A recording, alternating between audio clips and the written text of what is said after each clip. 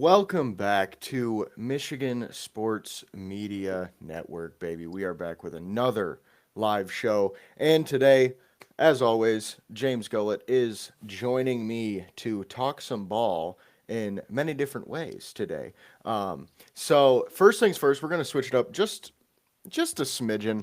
We're gonna go NBA first, since that's kind of the talk of the town, the talk of the sports world right now. Obviously, baseball is still going on, but it does feel like the Western Conference Finals mean a little bit. Well, the conference finals in general mean a little bit more than just mid-season baseball. So, with that being said, the Pacers are up 3-1 on the Knicks, and the Thunder are I don't know what would be it would be is grammatically, but so the Thunder are are up 3-1 against the Minnesota Timberwolves as well. And I just to kind of make this quick, um I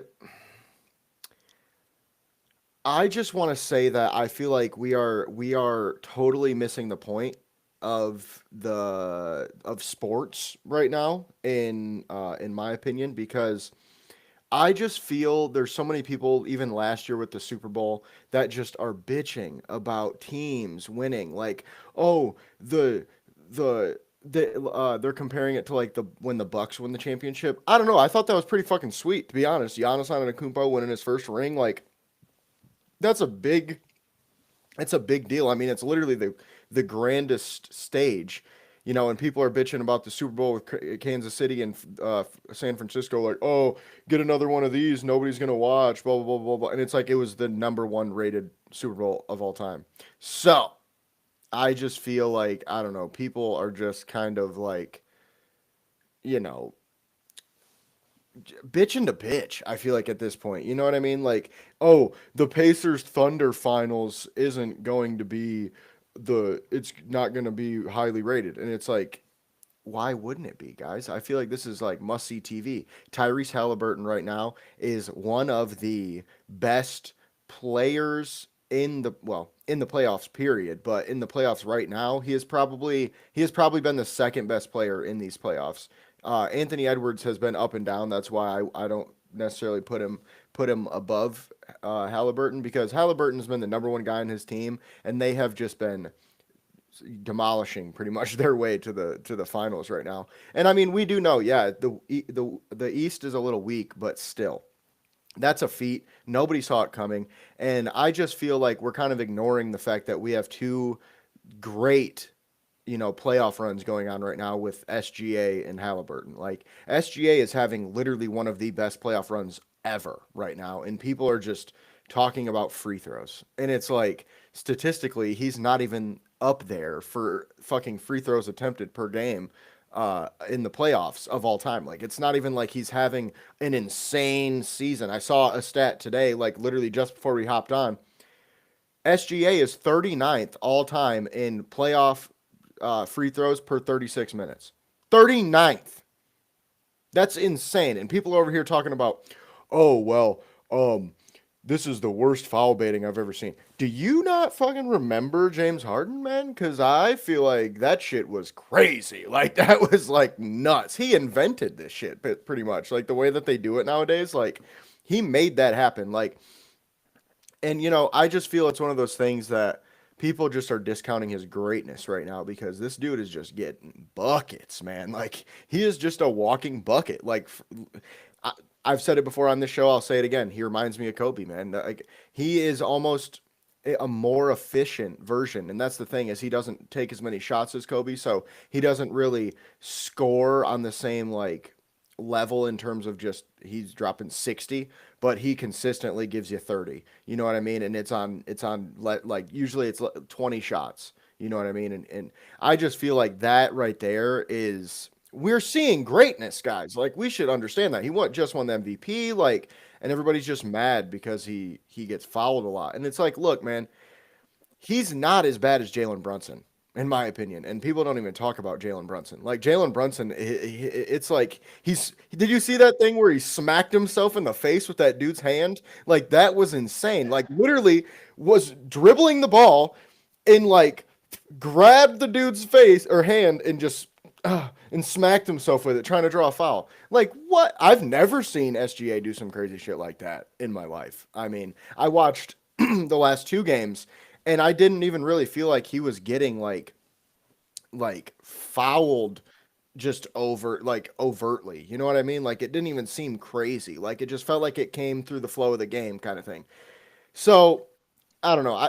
Point is, I just feel like people are completely discounting the NBA playoffs as a whole, and I feel like that's just gotten it's gotten us to a point where sports fans are just kind of annoying. You know, like that. Not all of them, but there's a lot of them that it's just kind of annoying, man. It's just like okay, like we get it. Oh, I don't want to see these teams play these teams. Well, that's what the fuck you got, brother. So if you were really a sports fan, you'd go, I don't give a fuck. It's a Super Bowl, bro. Shit. I mean, I'm watch that bitch and have fun, and it's gonna be a great time. Like when I saw that the Chiefs were playing the Niners again, I wasn't like, fuck, because it was the Niners. I was like, fuck, because we should have been in there.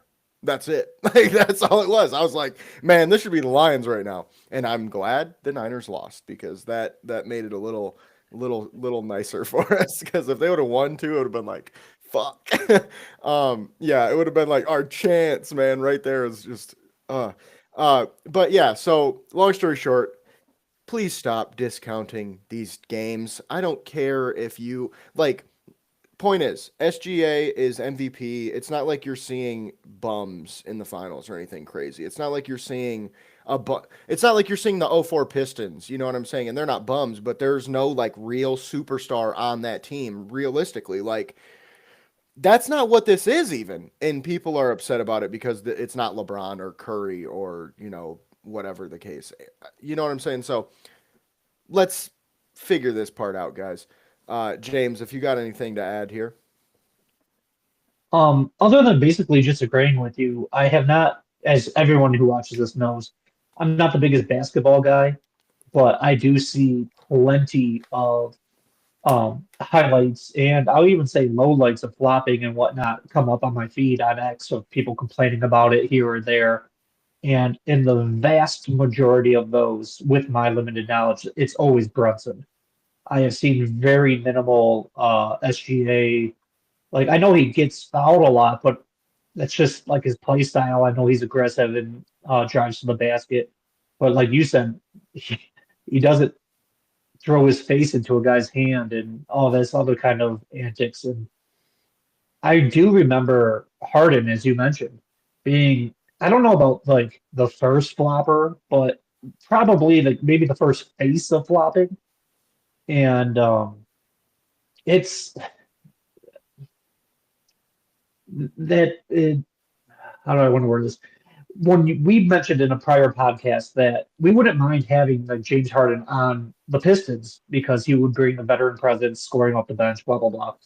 I cannot get over watching his prime flop years, and I don't know if he's the same guy anymore or not. Obviously, he's older and whatnot, but I'm just like, I don't know. Even if he helps the team, I don't know if I just want that associated with the Pistons, unless he's corrected himself, which, like I said, I do not know. I don't watch that much basketball outside of the Pistons themselves. Yeah, and I mean honestly, like so. First thing, what I meant with James Harden doing being the first guy, I didn't mean flopping. I just meant the way that they do it now, where they're like fucking dribbling the ball and then they just kind of like, they do one of those. You know what I mean? That I feel like James Harden kind of invented that shit. Where like other guys, they just it's like the soccer flop. You know what I mean? Like I think that's where they got that Yes. shit from, where they're just like they just fucking like fall down, like nothing happened. James Harden, he's the guy that like I feel like he's the first guy I remember doing this shit where he would do his like step back and then he would like jump into the guy when he shot it. Like I feel like that's the first guy I remember doing that or like the double clutch thing. Like he would purposefully double clutch threes to try to like get you to foul him basically. And I think that kind of started this whole thing where we see so many fucking players do it nowadays where it's just insane like but anyway, and then with the Harden second part, I'm not really sure. I feel like I don't when I do watch the Clippers, I don't watch a ton of it, but I've watched a few games this year, it didn't seem like that he was doing it very much. Like he still does it here and there, but it's not like annoying, like how he used to be. So, with that being said, though, we will now move on to our Tigers update. Obviously, they did their thing this time around, but last series was not so great. And I don't want to put anything on you, James, because you might not have much on this because I don't even know how real this is. But it's like I before you go on the update, I wanted to ask, what are your thoughts with like Scooball and his contract extension? Because I've been reading a lot of stuff about that on Twitter about like we're gonna have to pay him and how much. And like I've said it many times on this show. I am not the biggest baseball guy. I like the sport, but I don't really like pay attention to the MLB. Like I watch zero baseball games honestly this year because I just can't. I can't sit there and watch a baseball game at my at home, on TV. I love going to them though. So fortunately for me, I was not able to go to the one game I bought tickets for. So still a little salty about that one. But my question is, what are your thoughts on the Scooball extension? What do you think the numbers might look like? Because that's kind of what I'm most curious of. Because this motherfucker was throwing around 300, 400 million, and I'm like, Mhm. that sounds like it would be right, but I'm like, is this really how much they're like probably gonna have to pay this guy? And then I saw someone else talking about like a possible trade, and I was also wondering your thoughts on that. So it's kind of a two-parter um, on Scooble. Yeah, I kind of am in the middle of all of that, just because he is going to demand that much money. 300 million is not out of the equation. I think 400 is at the upper tier, but 300 million I think is the floor. Granted, in baseball, unlike a lot of other sports, sometimes in hockey, it would probably be like a 7-year contract. So it won't be, you know, 300 million for 4 years or anything like that. But so it will be a longer contract, and he's deserved every penny of that. He deserves that extension. Someone will give him that extension, and I don't think, and this is no reports, no knowledge, no sources, just my 2 cents. I don't think they're going to give it to him. Illich is a notoriously cheap owner. He does not like to pay people, and Scooble. I don't want. It's not even like a knock on Scooble. Like Scooble demands that number. Like that is his market. Why the hell would you not, if your market's baseline is 300 million, but the Tigers are going to come in and be like, hey, well, we can give you like 20 million a year. Like, fuck off. Like, respectively, man. Like, I've mentioned several times always for the right price and this and that. And 300 million, as long as it's a 7, 8 year deal, is the right price for Scooble. He is the best, undisputed best pitcher in baseball right now. He just had a complete game shutout with 13 strikeouts and 0 walks. The man can completely take over a game and just almost win it by himself. He doesn't obviously bat. He's not Otani, but other than that, he does everything by himself. Um, and I know I'm going to get someone being like defense matters too, which of course it does, but you get my point. But I would either give him that contract that he demands because once again he's the best player or best pitcher in baseball, or as you mentioned, I would trade him just because I cannot let a player of his talent just walk away for free. There is no comp pick. There is no that would be like Kansas City letting Patrick Mahomes run out his contract and being like, "Well, good luck in free agency, man." Like, no, you trade him for like 7 first round picks or something. So I don't want to trade him. I want to sign him, but I just don't see Illich being that guy. I think every other franchise not named Detroit would sign this guy to that deal. You don't let this guy walk away. I actually think I kind of came up with the Mahomes comparison on the fly, but I like that comparison. Like it's an important position. He's the best at it, and you want to let him walk just because you're cheap. Like or trade him or whatever. But I'm like, at least if you trade him, you get something. I know the rumors last trade deadline when we at the time were not in the playoff spot or a wild card spot. There were rumors that we could have traded him for Jackson from Baltimore, who was the number one prospect in all of baseball. And I mean, and that's the kind of, and it was that and plus, but that was the biggest plot point to that. And I'm like, this is a guy you can get one or two of the best prospects in baseball for, most likely one, just because now that I think about it, the top two prospects won't be on the same team. But like he's damn good. He knows it. Everyone knows it. His agent knows it. And like I said, I just don't think Illich is going to be that guy to write the check, but I sure as hell hope he does. There's no reason besides being cheap not to. He does not have an injury history. He does not have any off the field issues. He is a leader inside the clubhouse. Uh, he's everything you want in a player, and he wants to be here. And like I said, the only reason he wouldn't be is just the owner being cheap, unfortunately. And that was the first part. What was the second part of your question? My apologies. Well, you kind of answered it with the trade thing, because that's kind of what I asked was like, if we did trade him, what kind of thing would we get? And then also A lot. yeah, Yeah. and then I also asked like, what do you think? I guess the last part of it was, do you think that like obviously losing Scooball would be huge, but like, do you think that it would be a killer? Like, do you think it would just kill the team? Like, we have to like rebuild now. Like, is it kind of like that in a Patrick Mahomes way, where if you let Patrick Mahomes walk, now you're like, well, shit, we need to go find another that guy. You know what I mean? Essentially, yes. Just because and and once again, if you let him walk in free agency, yes, we're talking rebuild because he is the anchor and the team. And this is going to sound way out of right field if you casually watch or less. But this team is almost void of superstars other than Scooble. It's kind of like the '04 Pistons, where they're not the most talented team, but AJ Hinch, the manager, puts them in positions and he'll pinch hit and he'll have bullpen pitchers only pitch to two or three guys so he has the left-handed versus right-handed advantage and blah blah blah. And he makes the most out of it. But the team, the roster, the overall talent, it's not per se there. And that is kind of even wild for me to say because we are the best team in baseball and we have the best record in baseball.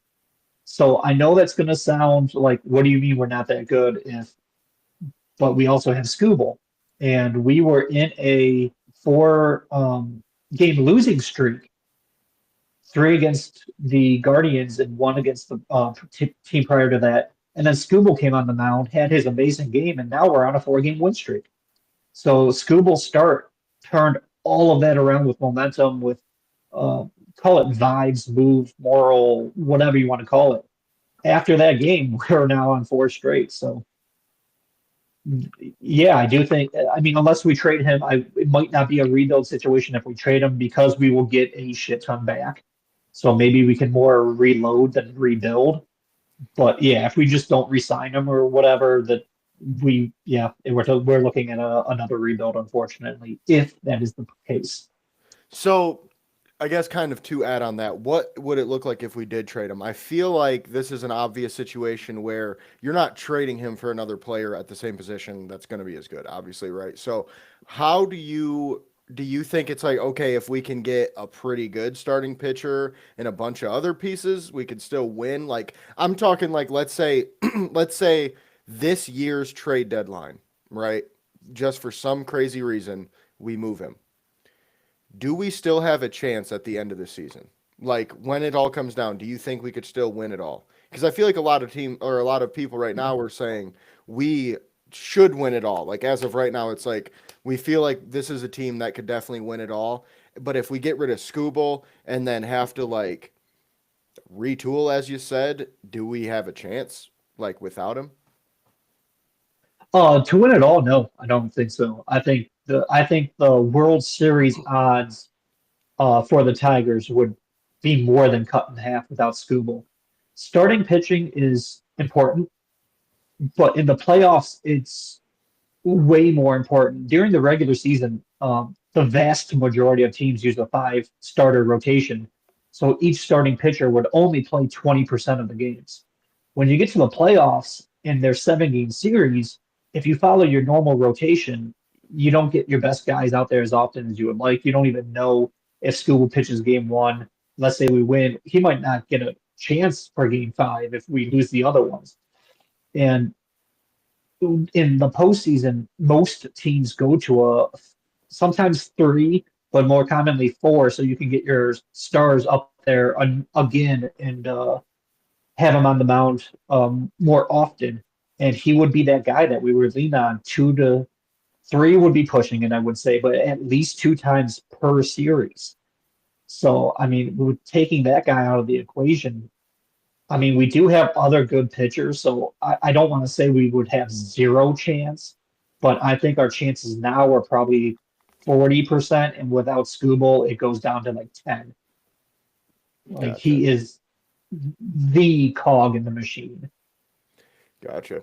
So yeah, I mean that pretty much answers everything I had. Now, the next thing I want to say before we get to the Tigers update is it's kind of crazy to hear these numbers, right? Because 10 years, well, yeah, 5 years, 5 to 10 years ago, everybody's talking about, man, I should have played baseball. The money's crazy. It's the highest paid sport. And then now we're getting to the point where the NBA is catching up. The NFL is catching up. Like I saw something earlier. We were talking about Shea Gilgeous-Alexander earlier on the show. I saw something earlier today.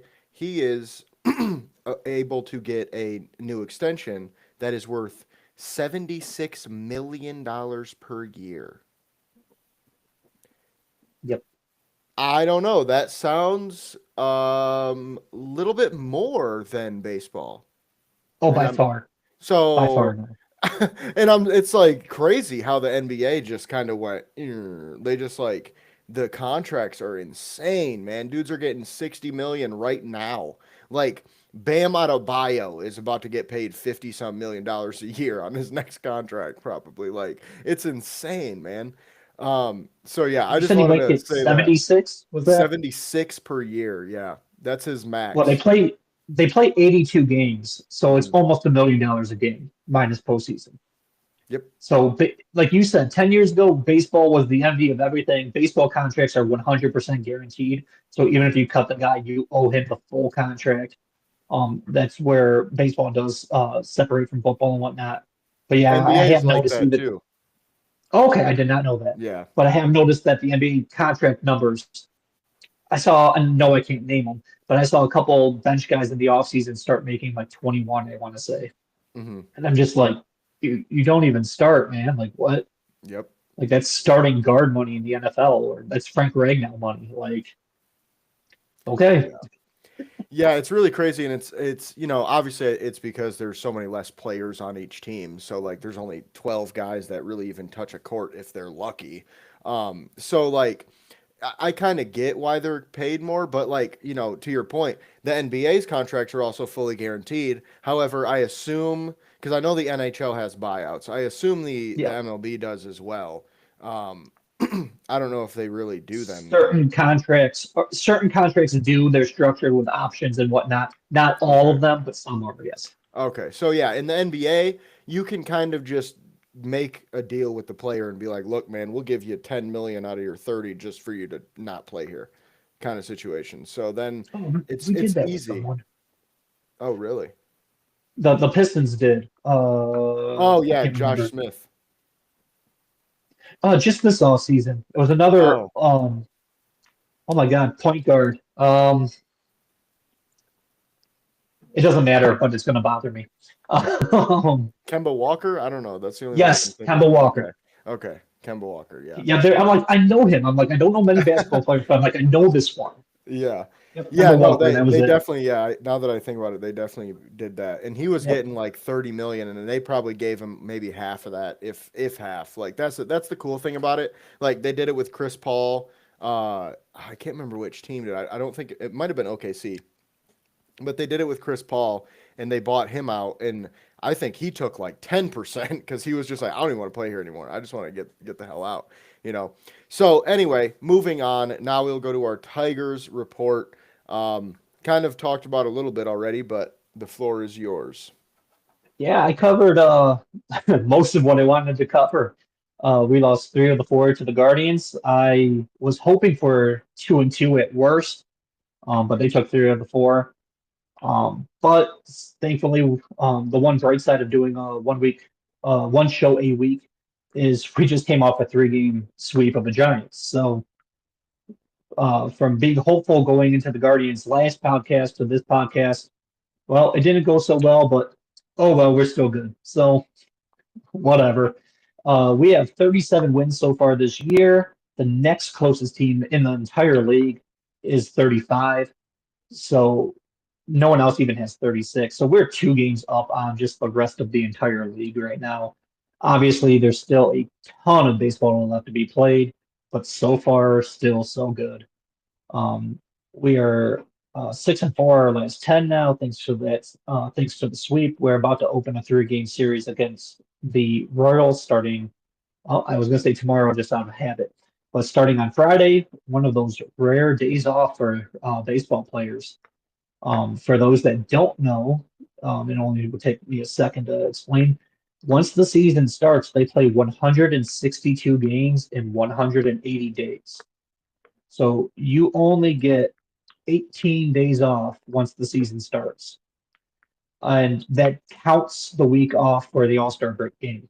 So if you play in the All-Star game, you get less.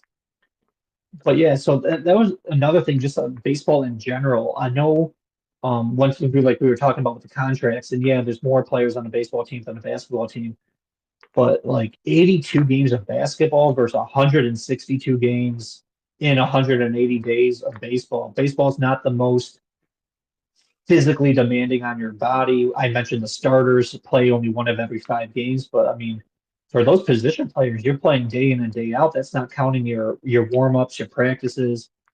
There's times where you play, in Detroit today, and then you play in Cleveland tomorrow, and there's no rest day or travel day in between or anything like that. So it is a grind. Um, but like I said, I remember sitting here last week being hopeful going into the Guardian series, and now here we are already closed out the San Francisco Giants series. So we played 2 entire series since we spoke just last week.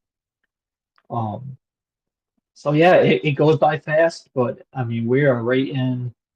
I want to say approximately 35% of the season done. There's still over 100 games left, but so far so good on them. And then the only other thing I wanted to bring up about the Tigers that I have not yet is Alex Cobb, our $17 million starting pitcher free agent that has yet to play for the Tigers this season, is scheduled to make a rehab start in Toledo for our minor league affiliate sometime soon. The exact date is not out there, but they say it should be coming within the next week.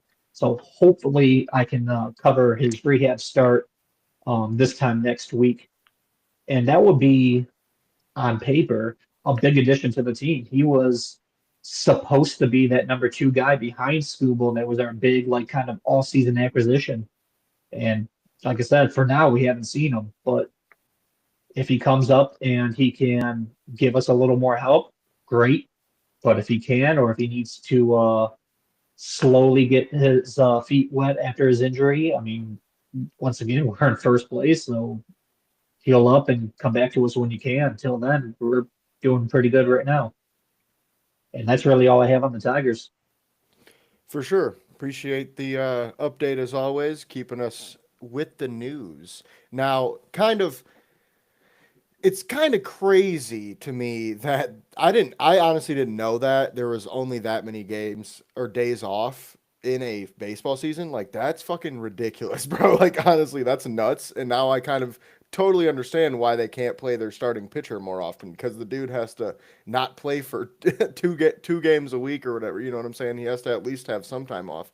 But it kind of made me think, like when you mentioned the All Star break and how they add that into those days off, it made me think of this story I heard recently about an ex NBA player, Kevin Martin. Um, he said on a podcast very recently that I don't think he said, I think another teammate of his said it actually. I don't want to misquote him per se, but they said that he was so good that he could have averaged 30, but he would literally tell his teammates, "Oh shit, I got 20 at halftime. I'm gonna just pass the ball, bro. I'm gonna just pass the ball." And they couldn't figure out. They're like, "Why? Like, why aren't you trying to get more buckets, bro? Like, you don't want to be a great?" And he was like, "Bro, if I make the All-Star team, I gotta go to Vegas for the or whatever, wherever it is for the All-Star break." And he's like, "Bro, that's 2 weeks off I could have with my family instead." And that I just thought it was so crazy. I'm like, that's nuts, man. Like to just openly say that, just be like, yeah, I mean I could be like an MVP, I guess, but I like 2 weeks off with my family. And it's like I get it at the same time. I get it as just a human being. So it's just kind of cool to kind of see it in that way from a different perspective. Because when you said they only have what was it, 18 games off in 18. 180, I'm like, Yep. that's literally 10%. They have 10% of their days off. Well, I wonder what the percentage would be for us, normies.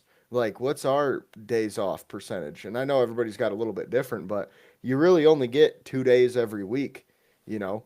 So I don't know. I feel like there's 52 weeks in a year, so that'd be 52 times two, right? Or am I insane? So No, we you got it. probably, 104. okay, so we got it. We got more then, because that's definitely more than 10%. So, Oh yeah. so damn, they earned the millions, I guess. Yeah, I'm trying um, to pull up the next month's schedule because everything's obviously pre-printed off.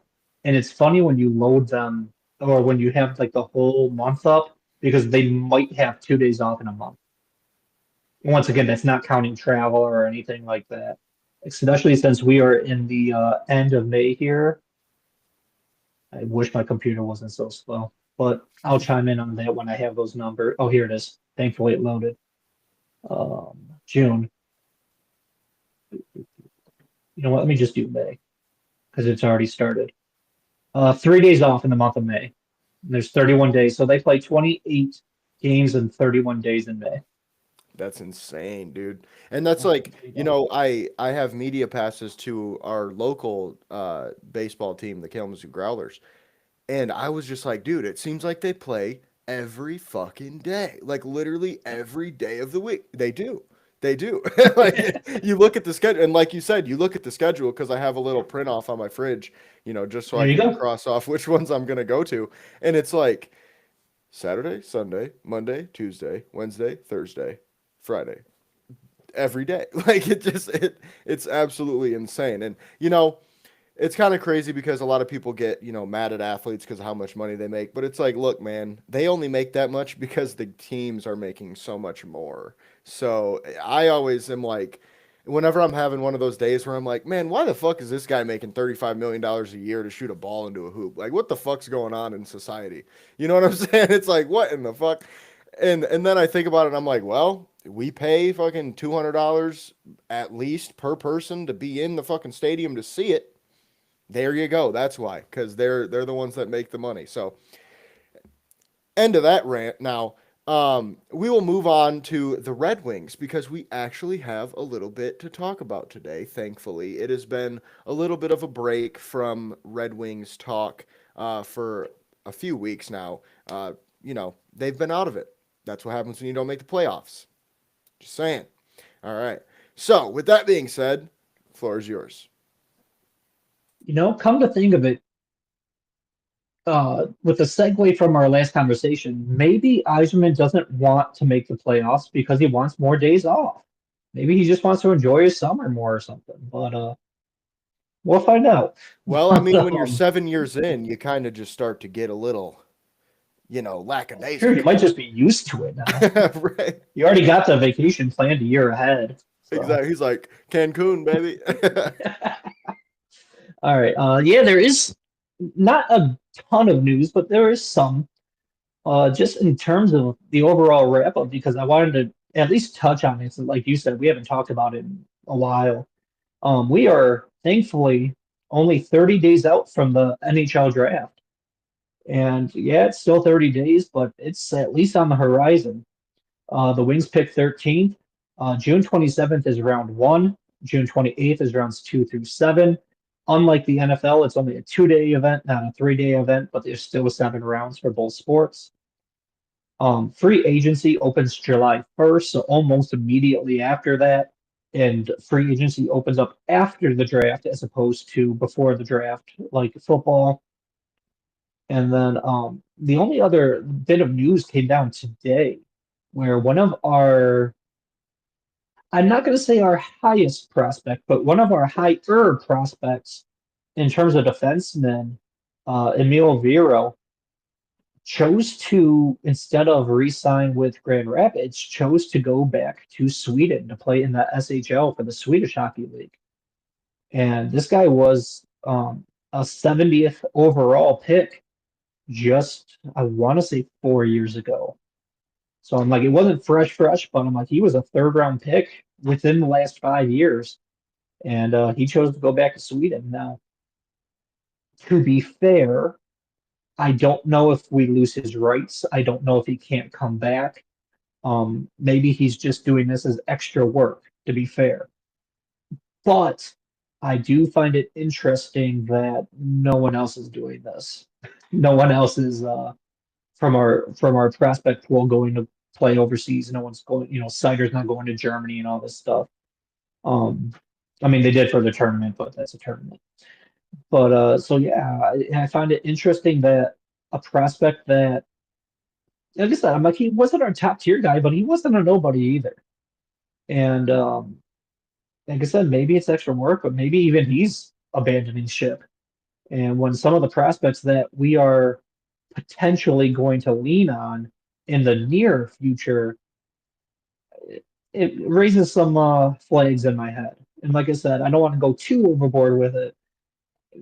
There's always a chance. I mean, you can always buy out a different contract, especially with hockey.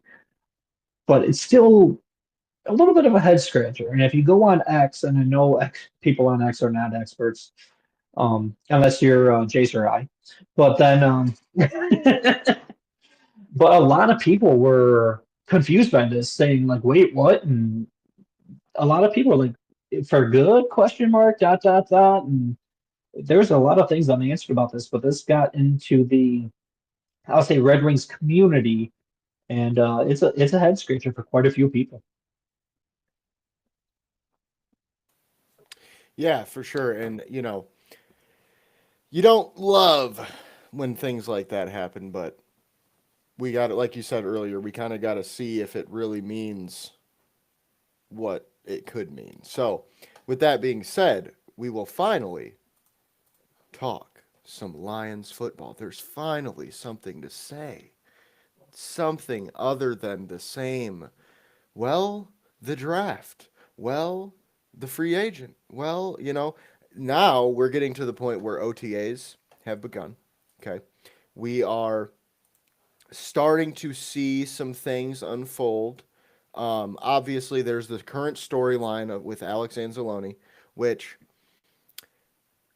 look, man, I don't really read into it too much. I'm gonna be honest with you. It's Thank you. like whatever. I mean, he's a veteran. He's on a 1 year. He's on the last year of his deal. He's not coming to OTAs.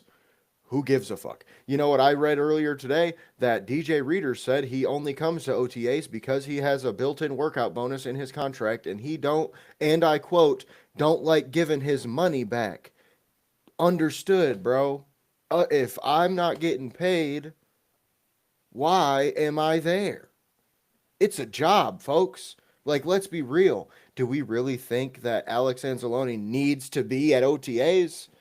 I don't. I don't really think it matters. So, do I think that he is mad at the Lions or something? No. Now, I will say, where there's smoke, there's usually fire. Okay. I'm just not sure if this is smoke. Okay. That's kind of where I'm getting at with this. Like, yeah, there's a chance that I guess that Alex Anzalone is like, look, man, your guys' linebacker core wasn't really that great without me last year. I feel like I'm a top 10 linebacker in the league. I should be paid as such. It wouldn't be a crazy conversation to have, okay? However, I'll worry when he starts skipping mandatory shit because that's when it matters. Because if he's at the mandatory shit, then nothing that people are saying about this matters. And I've seen some crazy shit said on Twitter as usual. So we're just gonna move on from that. I'm not even gonna mention it because who cares? Why worry? What's the quote? Lions don't concern themselves with the opinions of sheep. It's like, There you go. cool. Let's just the way I look at it is, you say shit like that, I go, oh, all right, clocked you. Not, I don't ever want to see another one of your tweets. Muted. You know what I'm saying? Like, I'm good. I don't need it. So, with that being said, I don't think this is anything.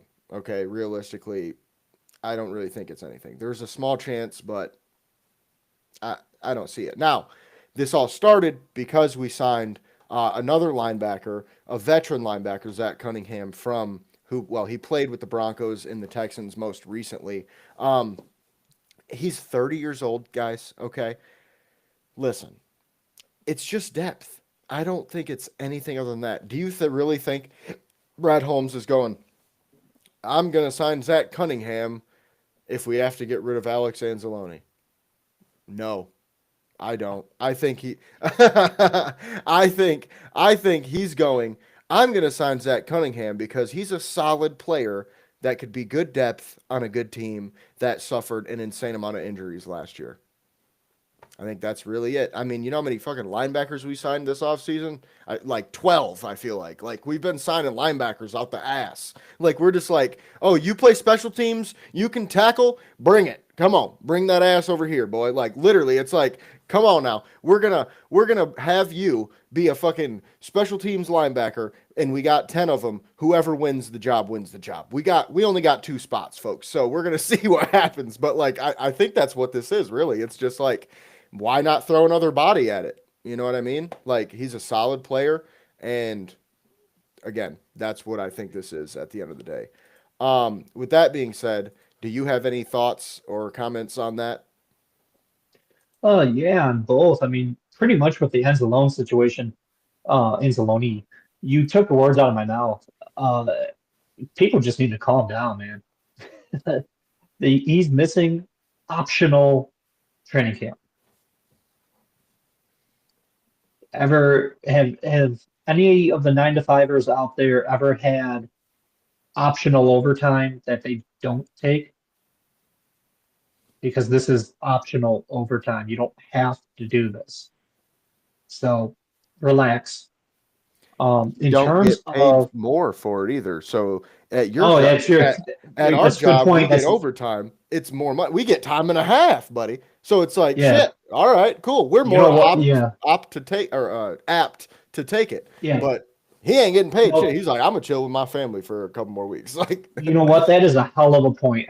Yes, and I know there's a lot of people that are offered optional overtime and still don't take it, even with the time and a half.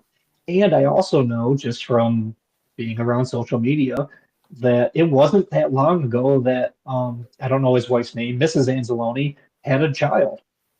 I know Alex complained on X about playing on Christmas because he's gonna miss his son's daughters. I can't remember his child's first Christmas or whatever, at least the morning or because it's an away game. So I mean, maybe he's just trying to get as much family time as he can. Like you said, if he starts holding out for mandatory mini camps, okay, now let's talk about it. But till then, I'm just gonna end that there. And then in terms of adding Zach Cunningham, I love it. But I will also say and openly admit it is more of a me getting something I asked for years and years and years ago than it is helping us today. If you follow me on X, I shared a tweet from, I believe it was 2018, that said I wanted to draft Zach Cunningham even after, because that was the Jared Davis year. And I'm like, yeah, that's fine. Like, I would take Cunningham in round 2 and double up on linebackers. I don't care.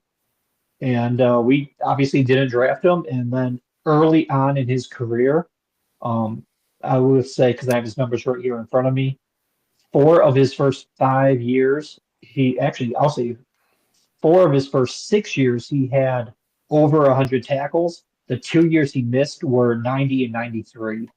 So, I mean, for 6 of his first 6 years, he had over 90 tackles. The dude was an absolute beast. However, he has had several injury concerns since 22. He was relatively healthy, played at least 15 of the 16 games pretty much every year prior to 22. So that's kind of why he's bounced around a little bit. I don't think he's going to come in here and be the savior. I don't think he's supposed to be Anzalone's replacement or some of the other storylines. I was joking around with the head nodding earlier. But at the same time, I am excited about it. I'm like, once again, Jack Campbell's going to be our best linebacker, regardless of the Anzalone situation or, excuse me, the Cunningham situation. But I do think he's going to make the team. I do think he makes the team better. And I won't quite call him because it's not as bad as Davenport. I almost wanted to call him like a Davenport linebacker where he's good when he plays, but he has a much better track record of health than Davenport does. Um, but yeah, like he's not going to come in here and be leaned on heavily. He's a veteran. He's solid. He knows what to do. We are his fifth team. And like I don't, I mean, I wish I saw the numbers, but I don't know what his contract states or how much it is or anything like that. But I'm assuming signing someone so late in the year slash off season, it's not that much. He's well worth taking a flyer on. So I don't quite want to tip my cap and say, oh, Brad Holmes did it again because I don't know what we're going to get out of him. But it's for sure not a bad move. And I'm excited to see what he can do and play. But yeah, it is.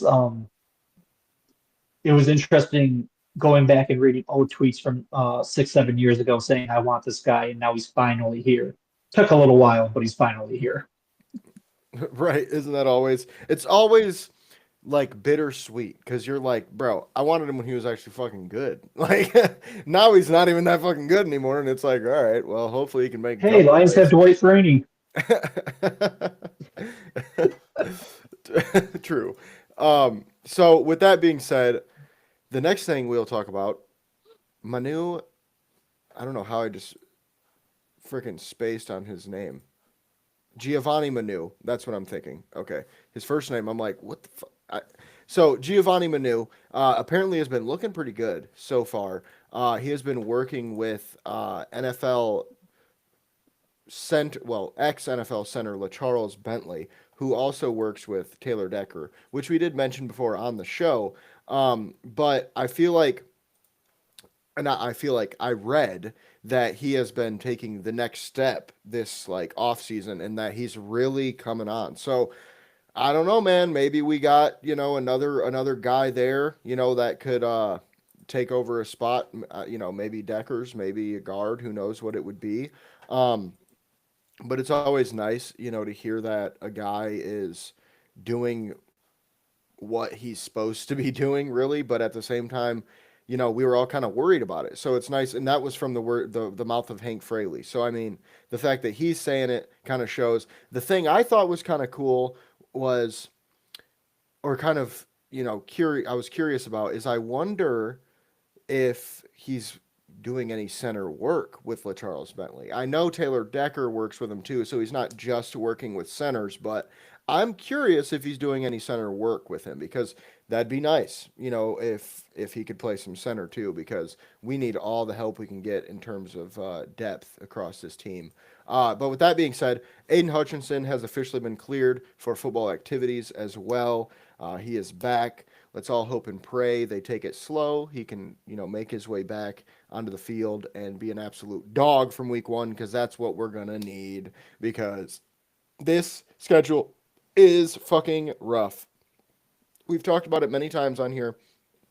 It's going to be tough, guys. Real tough. Like, oh, I'm not excited to be honest with you because a lot of these games, I'm like, man, this could go either way. And I mean, I know the Lions are an amazing team, and we're really a great team, but we're playing a lot of really great football teams as well. So, you know, we shall see. I will say, and the last thing I have is that we are having joint practices with the Dolphins and the Texans. So they're both pretty solid teams. You know, last year, I believe it was last year we did the Giants, right? It was Giants last year, Yeah. and then the year before it was the Colts. So the last 2 years, we haven't necessarily like went against the best teams in joint practices, for instance. And I feel like this year, those are two pretty damn good teams. I mean, like the Texans were a playoff team. Um, and I feel like as well, you know, the Dolphins are also a very good team, as we know, very talented team. So that could, you know, bode well for how we start the season as well. You know, maybe they did that on purpose to kind of get us ready for this gauntlet. So, but with that being said, James, you got anything to add? I'm just looking forward to seeing literally any Hutch highlights from camp. I don't care if he just jogs down the sidelines. I just want to smile and be like, "That's my guy."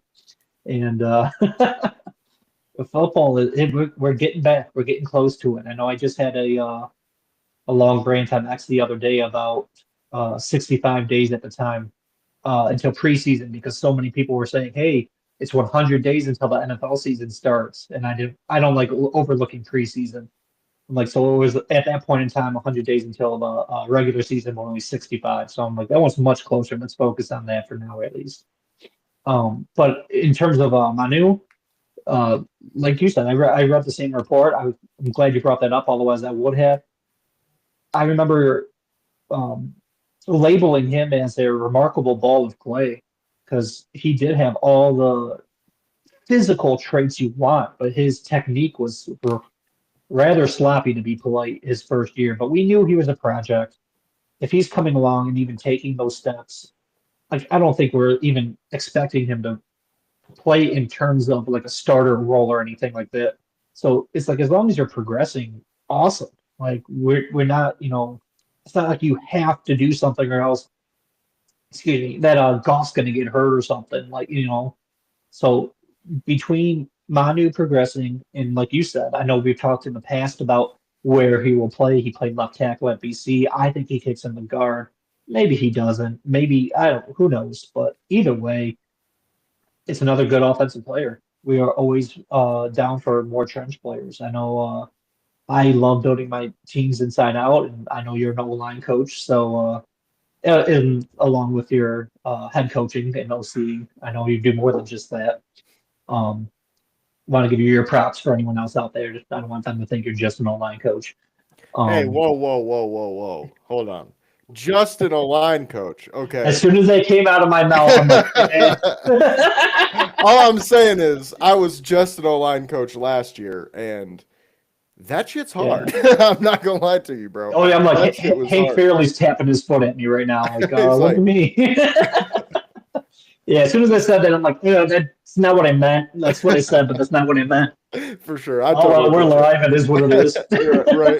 Yeah. And I mean, But that's the thing. O line, like we've said many times, it is the fucking the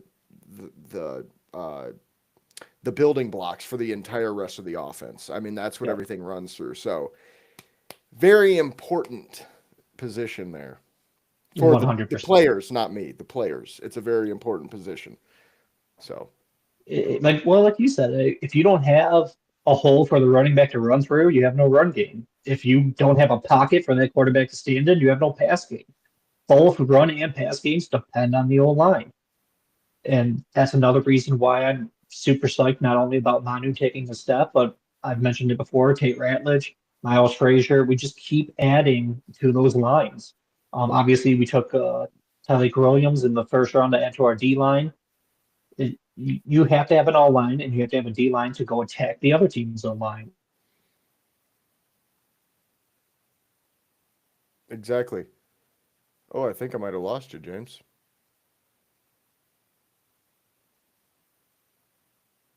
Well, it looks like we might have lost James, but fortunately, I guess for us, the show is pretty much over. Anyway, that was the last thing we had to talk about. So once again, we appreciate you guys for watching. You can find him at James underscore or at Gullet underscore James. You can find me at J So Sweet, and you can find us at MI Sports Media and misportsmedia.com. We appreciate you for watching, and we'll see you Neighbors, on the next one. Scupper.